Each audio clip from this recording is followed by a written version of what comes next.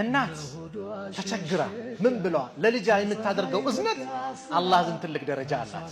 እናታችን አይሻ ረዲየላሁ ዐንሃ قالت እንዲያለች جاءتني مسكينة አንድች ምስኪን እኔ ጋር መጣች አሉ تحمل ابنتين لها ሁለት ልጆች አሏት ለሷ ሴት ልጆች።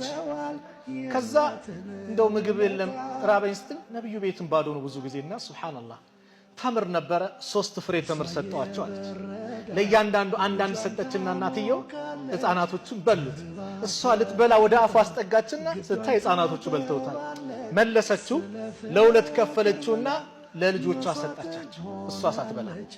ይሄንን ሁኔታ እናታችን አይሻ በጣም ተገርማ በዚህ ጉዳዩ ገርሞኝ ለነብዩ አለይሂ ሰላቱ ወሰለም ጉዳዩን ነገርኳቸው።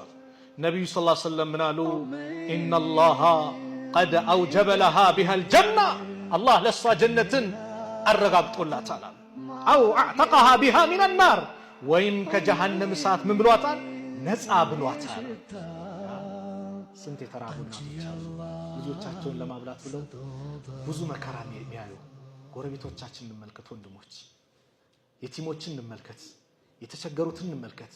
እንዳልኳችሁ ቅድም ትልቅ ነገር በቃ የለንም በአቅማችን አድርግ ግማሽ ኪሎ ስጋም ቢሆን ገዝተህ ያስገባ ደስታ ነው። ሱብሃንአላህ ምናልባት በኢድ በምን ነበር የሚያስቡት የሚያገኙት በኡድህያው በምኑ አንተ እስቲ አሁን ለእንትን እስቲ አንድ ሁለት ደግሞ መጪው ትምህርት የሚጀመርበት አይደል እስቲ ጎረቤት ልጆች የትምህርት የሚከፍሉበት ያጡን ከፈለውን ነገር አዘጋጅላችሁ ደፍተር ያጡ ሆነ ግዛላችሁ የትምህርት ቁሳቁስን አሟላላችሁ አላህ ላንተ ያሟላልሃል።